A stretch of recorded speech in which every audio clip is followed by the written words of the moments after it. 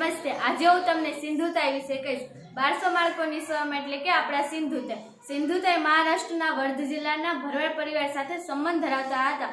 તેઓનું બાળપણ વર્ધમાં જ વીત્યું હતું। તેઓના લગ્ન માત્ર 9 વર્ષની ઉંમરમાં જ કરી દેવામાં આવ્યા હતા। તેમને બાળપણમાં ઘણી મુશ્કેલીઓનો સામનો કરવો પડ્યો હતો। તેઓ માત્ર ધોરણ 4 સુધી જ અભ્યાસ કરી ચૂક્યા હતા। તેઓ જ્યારે ગર્ભવતી હતા ત્યારે તેમના સસરિયામાંથી તેમને કાઢી મૂકવામાં આવ્યા હતા અને તેમના માતા પિતાએ પણ તેમને રહેવાની ના પાડી દીધી હતી। ત્યારે તેઓ શમશાનમાં રહેતા અને ત્યાં જ તેમની બાળકીનો જન્મ થયો હતો। ત્યારે સિંધુતાઈને થયું કે આવા કેટલાક બાળકો હશે જે અનાથ હશે, ભૂખ્યા હશે। ત્યારે પોતે ભીખ માંગીને આવા 1200 જેટલા બાળકોનું ભરણ પોષણ કર્યું। આવા અનાથોની સેવા કરનારા પદ્મશ્રી પુરસ્કાર વિજેતા સિંધુતાઈના ચરણોમાં મારા સતત નમન। ધન્યવાદ। નમસ્તે। આજે હું ગીતા ફોગાટ વિશે થોડુંક કહીશ। ગીતા ફોગાટનો જન્મ 15 ડિસેમ્બર 1988માં હરિયાણા જિલ્લાના બિલાલી ગામમાં થયો હતો।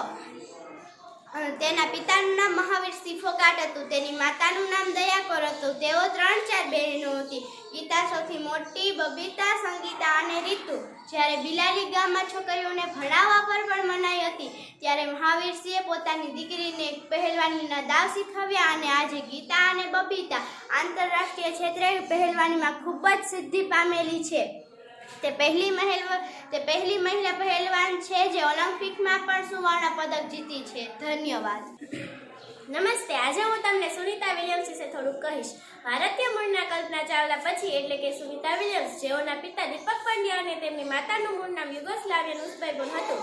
નાનપણથી જ સુનિતાને તરવું, ઘોડેસવારી, સાયકલિંગ વગેરેનો પુષ્કળ શોખ હતો।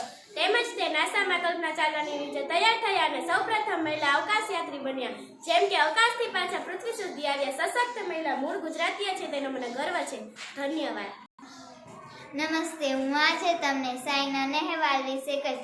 એક પ્રસિદ્ધ ભારતીય બેડમિન્ટનની ખેલાડી છે। સાયનાનો જન્મ 17 માર્ચ 1990માં ઉત્તર પ્રદેશમાં હરિયાણા રાજ્યમાં આવેલા હિસાગર શહેરમાં થયો હતો।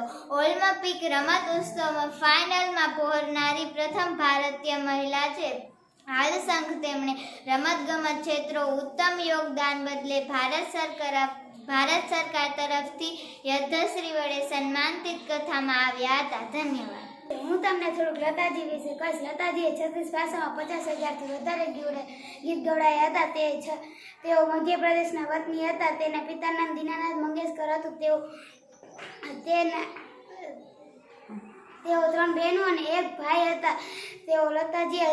લતાજીએ ભારત રત્ન પુરસ્કારથી સન્માનિત કરાયા હતા। ભારતની કોયલ તરીકે બિરુદ મેળવનાર હિન્દી ફિલ્મના જગત મહાન ગાયિકા લતા મંગેશકર છે। તેઓ મધ્યપ્રદેશના 1962માં ચીનના યુદ્ધમાં શહીદ થયેલા ભારતીય સૈનિકો સન્માન કરાયા। તેઓ મેરાવતન લોકોએ ગીત ગાયું હતું। ધન્યવાદ। નમસ્તે। આજે હું હિમાદાસ હિમાદાસ વિશે થોડું કહીશ। માત્ર 15 જ મહિનામાં સાધારણ સફળતા મેળવીને 15 વર્ષની હિમાએ 51.46 સેકન્ડના સમય સાથે મહિલાઓની 400 મીટરની ઇવેન્ટ ગોલ્ડમાં સફળતા પ્રાપ્ત કરી હતી। હિમાના પિતા રંજીતદાસે કહ્યું હતું કે હું અને મારી પત્ની જેનેલી ગઈકાલે રાત્રે ઊંઘી શક્યા ન હતા કારણ કે અમને ચિંતા કે અમને અભિનંદન આપનારને પૂરતું ભોજન આપી શકશું કે નહીં। મિત્રો, હિમા દાસ ડાંગર ખેતરોથી લઈ વર્લ્ડ જુનિયર એથ્લેટિક્સ સુધી પહોંચે છે અને આજે તે TSP તરીકે ફરજ બજાવે છે। નારી તુનહા